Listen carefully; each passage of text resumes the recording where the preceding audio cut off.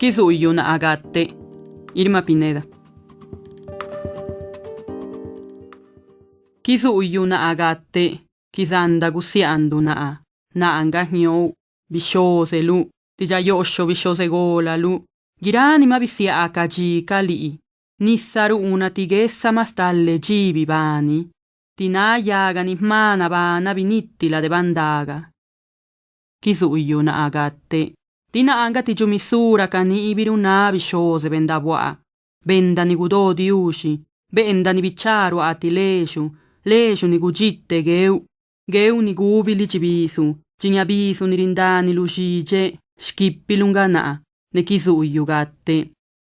Ne kasa kusho magiratu se, kisuyu na agatte, ziuti shuba, gaccila de gishinu ulunesa, da ani gici di sabigetta.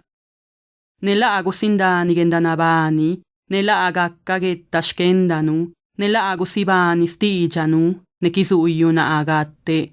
Ti saccano una dippa, ti savani nu shaji, ti riundastinu chisatti, ti saccano la anu ne lì, ne cacingicinginu, ne sciugici la iunigu, ni picciacciani sado, ne saccano, stalle la cido, na se cicci scenda pinisa, ne chisuyu gatte, chisuyu na agatte, chisuyu dio na gatte. No me verás morir, Irma Pineda. No me verás morir, no podrás olvidarme. Soy tu madre, tu padre, la vieja palabra de tu abuelo, la costumbre de los tiempos, la lágrima que brota de un anciano sauce, la más triste de las ramas perdida entre las hojas. No me verás morir porque soy un cesto de carrizo, donde aún se mueven las tenazas del papá del camarón, el pescado que Dios comió, la serpiente que devoró un conejo, el conejo que siempre se burló del coyote, el coyote que tragó un panal de avispas, la miel que brota de mis senos, tu ombligo soy, y no me verás morir.